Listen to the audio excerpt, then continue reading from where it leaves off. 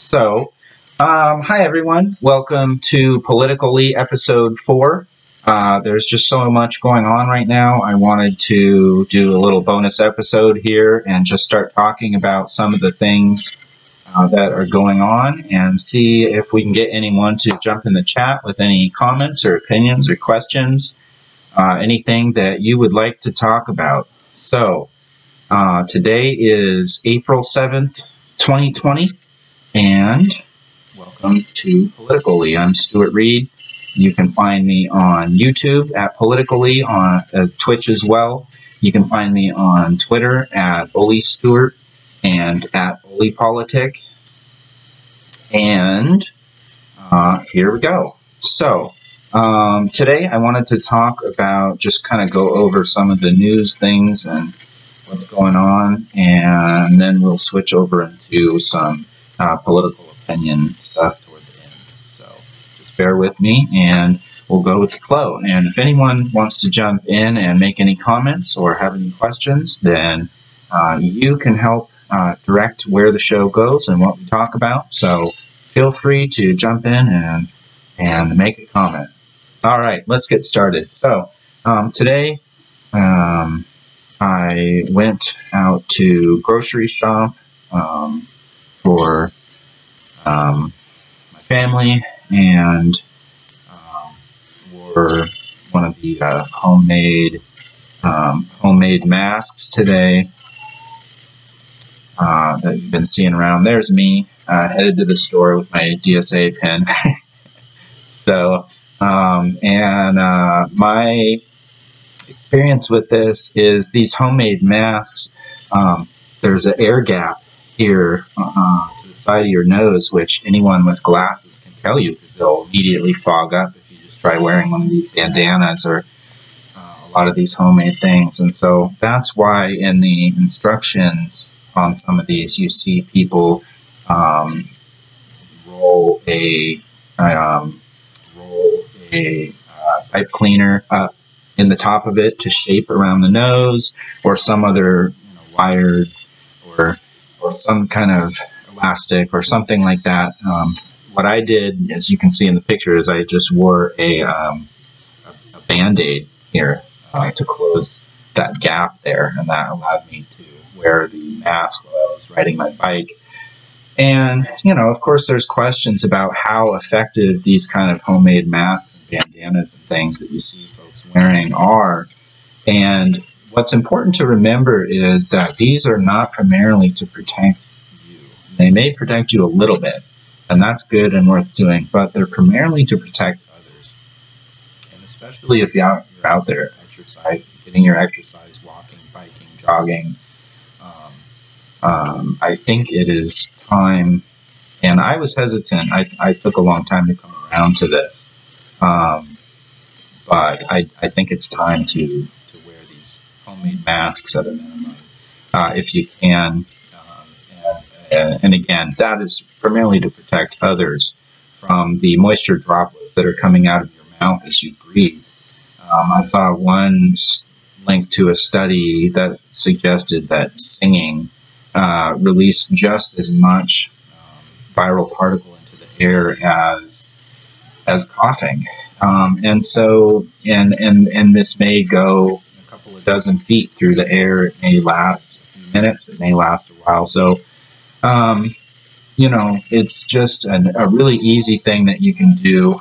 And again, my recommendation is do something to pin it down around the nose so you don't get that air gap there. So anyway, I just wanted to mention the masks there. I also wanted to talk about the schools are now closed till the end of the year in Washington State. I was expecting this personally, but it's still a big deal. It's still big news for a lot of folks.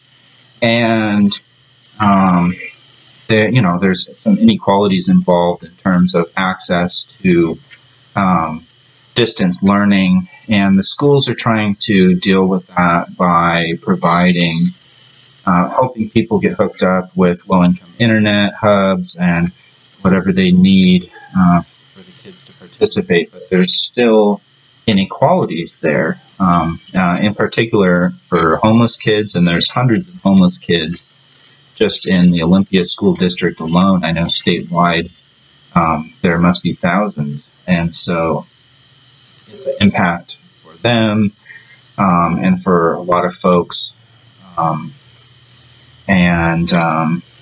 Let's see, there's also news now just today that intercity transit has shut down regular service, a bus service to Thurston County. And this is another thing that will have an unequal impact on the community. A lot of folks with disabilities, as well as a lot of low-income folks who need to commute to their jobs with the bus. I did that for many years, myself, off and on to various jobs when it was too far to bike, or the weather wasn't cooperating, and a lot of folks have issues around ability to transport in other ways. And so what they have said is you can schedule a ride if you call ahead at least 2 days, 2 to 5 days, they suggested, ahead of time to schedule a ride from intercity transit to a necessary destination. So if you do need a ride, call intercity transit. Also, the Iowa Lyft service continues as normal. So, if you need a ride, reach out to them. And if they can't help you, if you find yourself in a situation, and I think a lot of people will, where they need something and they don't have 2 days to plan, or they don't have, some other means of transportation, please feel free to reach out to the community. There are a number of mutual aid groups online and other things. And so if you have a need, please reach out. And if you are able to help, also reach out to those groups. And I'll put some links in the description when I post the video later to some of that. But if you're able to give rides or do some shopping for someone or anything like that, I know there's a risk to it going out, but some people really could use the help right now. So take a look at those mutual aid groups if you can, and make that connection, especially now that the bus service is being limited to folks who call ahead to at least 2 days. So that's going to impact a lot of people. And one more thing I wanted to talk about the masks is there's also issues of racism involved there. If you are a Black American, do you really want to walk into a store or a bank or whatever with a bandana, even though the government has recommended that right now due to this particular situation? That doesn't mean that you are safe. And so no matter what you say, the situation is for millions of Americans who are discriminated against. They are feeling a pressure to, and they may be less likely to wear masks out in public for that reason. And there are a number of other issues of racism involved as well. And preconditions such as diabetes and hypertension and these things are unevenly distributed among demographics in ways that are racist, and this crisis exacerbates all of that. And so it's just we need to take every time that we can to examine the ways that systemic racism impacts our communities. So continuing on with that, I'm also concerned about the homeless community in our community. And so many more beds have closed. And I know there's a new 30-bed shelter that's opening with adequate distancing measures for folks. But yeah, I don't know what the exact count is, but something like 100 to 150 beds at least have been closed due to distancing requirements, forcing places to reduce their amount of beds there as they implement the distancing measures. And that's just Thurston County. I don't know the numbers for King County or for any other of the big areas, but I'm sure it's a problem everywhere where shelters are cutting beds by the hundreds because of the distancing measures and other requirements. And there is maybe some amount of emergency response to create new beds and other mitigation efforts and housing efforts, but they are falling from what I can see, they're falling woefully short. And of course, that is always the case, even on a good day. Our efforts are, we're still failing to provide housing and adequate sanitation and bathrooms and food and medical services and everything like that, even on a good day. And so now in the crisis, it's gotten just, again, this is just exacerbating all of these inequalities. And so you have beds being cut by the hundreds in these shelters and only a few opening up in these emergency shelters. And there's a huge gap there. And one thing that I know the city of Olympia has done here, and maybe the case elsewhere, is they've put up some like portable sinks and things like that, so that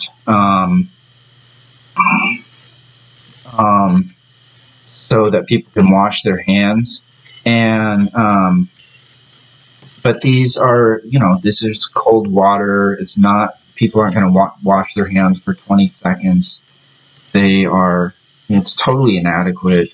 It's something, but there is a huge lack of bathrooms, again, even on a good day. And this crisis has just made it much worse. And now you have all these newly houseless folks, and the services were completely inadequate even for the folks that were already going through those crises. So again, if you are able, please see what you can do to contribute in your community to folks that are experiencing this crisis, as well as the crisis of houselessness simultaneously, because I can only imagine their hardship. And so in Olympia, Interfaith Works is a good organization to check into, and they have links to others as well.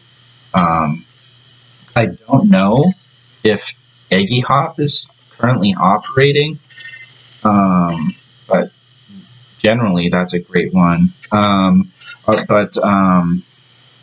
PIPE, P-I-P-E, Partners in Prevention Education, is coordinating some efforts as well. So that's a great organization to contribute to as well. But look up organizations in your community that are working with the houseless right now and see what they are saying and what their needs are, because the needs are many. So let's see. I also wanted to really quick mention there are blood drive shortages as well. In our area, you can contact Bloodworks Northwest, and they are doing blood donations by appointment only, and you come in and they do, and so they are still doing blood donations, and there's a big need in the community right now. So if you are able to do that, please consider donating blood. And I'm talking to myself here. I haven't donated for a couple of months now, and am able to, and so I should be signing up for that myself. as well as the food bank. Food banks all across the country, from what I'm hearing, are facing impending shortages. I don't know what the exact status of the Thurston County Food Bank is, but you know, I'm sure that they, you know, need help as well as any other food banks wherever your local food bank is. And so connecting with the food banks and finding out what they are saying and what they are needing as well is important in this time. So I guess that's what I wanted to say about the news and just kind of catching up on some of the situations and things that are going on now. Thank you, Renata, for the comment there.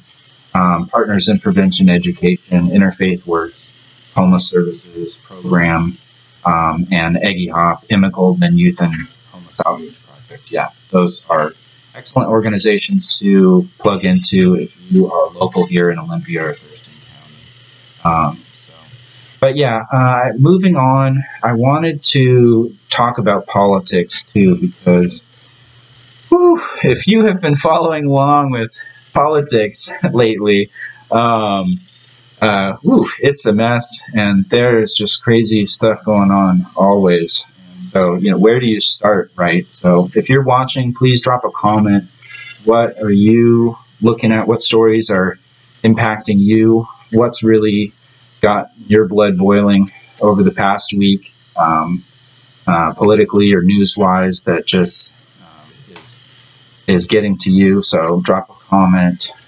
For me, I wanted to talk a little bit about the Bernie campaign internal conflict, rumors and things that have been going on. And I've avoided this in the past because it's hard to know exactly what's going on and who is, you know, which perspectives you're hearing and which are being left out, and what to think of all of that in terms of internal dynamics in a campaign, because a lot of it is, you know, is out of public view until later, until afterwards when we're looking back. And so I often try to kind of avoid some of the internal drama in politics in campaigns as they're happening, because it's really hard to know what's what. But what it's looking like is multiple Black staff and surrogates in the Bernie Sanders campaign have complained about not having access to the top level of the campaign. And in particular, Jamal Green started tweeting about it because the timeline sort of went like he left the campaign because of this issue. He couldn't get a phone call with the campaign, and they kept funneling him to talk to Nina Turner, Senator Nina Turner, and he wanted to talk about some of the issues that he saw with the campaign and how to make it better, and they didn't want to talk to him, even though he was a national surrogate for the campaign. And so he ended up leaving the campaign, but still supporting Bernie, and, you know, not totally, you know, he didn't turn around and backstab, you know, or nothing. He still wanted to support Bernie, but he had to do it from outside of the campaign because of how he felt the campaign was mistreating Black surrogates. And without naming names, he suggests that that was the case for a couple of other folks as well, at a minimum. And so, and when he first posted about it, and you can look up Jamal Green on Twitter and take a look at this, but he was very respectful about it. He wanted to make some constructive criticism and point out some of the issues with the campaign in hopes of making it better. And what happened is National Director of Surrogates for Bernie Sanders 2020, Heather Gottney, just blocked him on Twitter. So that seems unproductive. Now, again, when we're commenting on internal politics in a campaign as it happens, it's difficult because we don't have all the information and we don't know all perspectives involved. But there does seem to be some kind of pattern of black surrogates not being listened to. And exactly the extent or the pervasiveness of that problem in the campaign, we don't know at this point, but it's something to be aware of, and I don't think it's something that we should just ignore. And there are rumors that some of that is coming from campaign campaign chair Faz Shakir, as well as some top-level staff that had worked on Obama's campaign, apparently. And Faz is, you know, I don't know enough about him to make a judgment one way or the other. And I'm not trying to judge him here, but what I will say is he did have some insider DC establishment connections. And so he's more of a DC insider reformist than a movement activist or organizer. So, yeah, you know, again, I don't know enough to say one way or the other, but it is just something to be aware of, that it's possible that because Bernie has gone all in on the Democratic reformist position, he's brought in, it would make sense then that he had brought in people into his campaign that were also of that persuasion. And so you have a situation where people in the campaign are maybe more establishment at the very top of the campaign, because these are DC people for the most part. And this is part of why people love Nina Turner so much, is because she is just not in, you know, she doesn't play that game, and you can just tell, and the authenticity just comes through.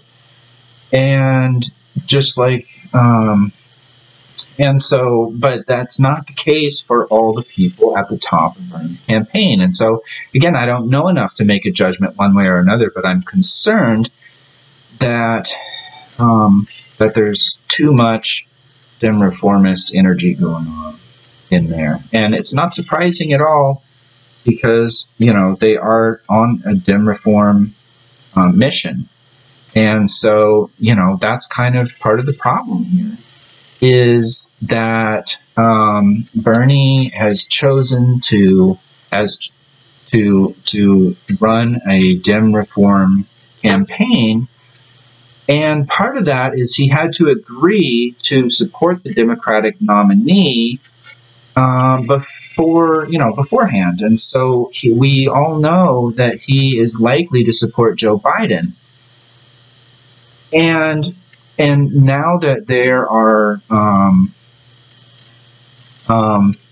all these, you know, Tara Reade's allegations, but the sexual assault allegations against Joe Biden weren't new, and so Bernie already, you know, knew that, and maybe some of the information with Tara Reade is new, but not all of those allegations are new, and all, you know, some of the other connections with the corruption and issues with Joe Biden isn't like breaking news to a lot of folks on the left. It's, you know, it's kind of just, well, you know, yeah, that's duh, right? So, you know, but Bernie's on this Dem reform path, and so I think on the one hand, it's not over, and we need to keep supporting Bernie to get as many delegates as possible, because we never know what's going to happen between now and the nomination, and you just got to give it everything you've got. So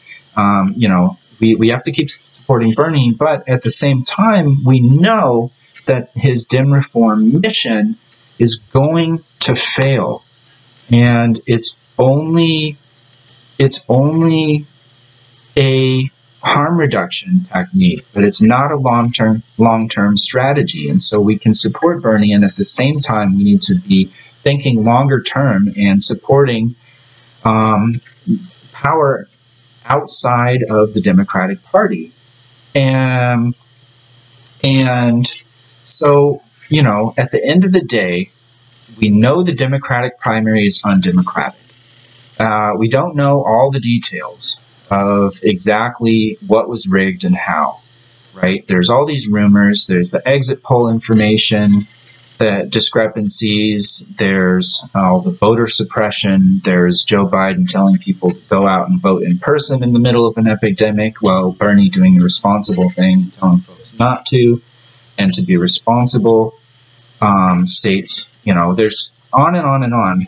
So, but we don't, even without knowing all that, any of the facts, we still know that the Democratic primary is not and will never be democratic, because it's just not designed that way.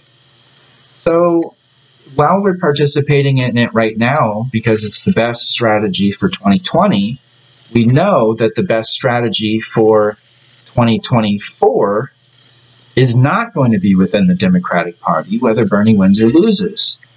And long term, we need to create a new party structure that is uncorrupted from the ground up. And so, you know, we can do both at the same time. And so personally, I am fully on board with joining the Green Party at this point and supporting the Green Party building for 2024. I already participated in the Democratic primary for this year, so I'm not going to participate in the Green Party Democratic primary this year. But I will, but I do support joining the Green Party at this point, because of the Green Party has the most ballot access of any of our options, and it's much easier to take over the Green Party than to take over the Democratic Party and make it an effective movement organization.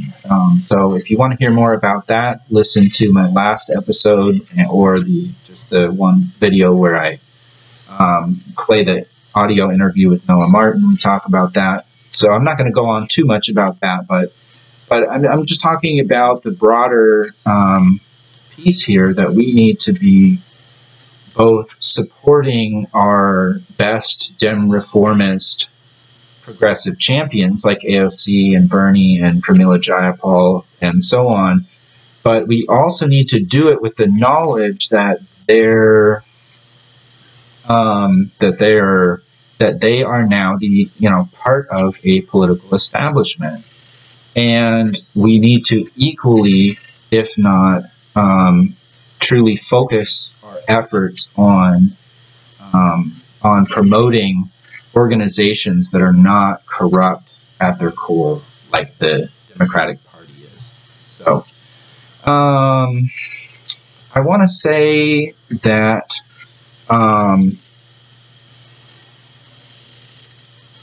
well, I don't know. I guess that's basically all I wanted to say about that. So anyway, please let me know your thoughts in the comments. I'm trying to do a live stream show Sundays from 1 to 2 p.m. Pacific time. So tune in on Sundays. This was just kind of an extra thing because I had so much to talk about. So if you would like to chat on a live stream with me, to do a video chat or something like that, please get in contact with me and we will do that. I'm sorry for the connection issues. For some reason, this program has disconnected and reconnected me a couple times, so I may have lost some of you. So hopefully, if you did get cut out of the live stream, you can go back when I post this playback video on YouTube and pick up where you left off. So let's see. I wanted to mention a online teach-in that is, I believe, this Thursday. How to Beat Coronavirus Capitalism with Naomi Klein, Keeanga Yamada Taylor, Astra Taylor, and some music. So check that out. That sounds really interesting. Keeanga Yamada Taylor is one of my favorite Bernie surrogate writers and thinkers, and Naomi Klein is obviously excellent as well. So take a look at that coming up, and hope to see some of you on the Sunday show. Thanks if you tuned in. I appreciate it. Again, I'm just this isn't really an official show or anything yet. I'm kind of just messing around and learning about live stream and giving it a chance. So please give me some feedback, and I will continue to make it better. Thanks, everyone, and have a good day. Love and peace.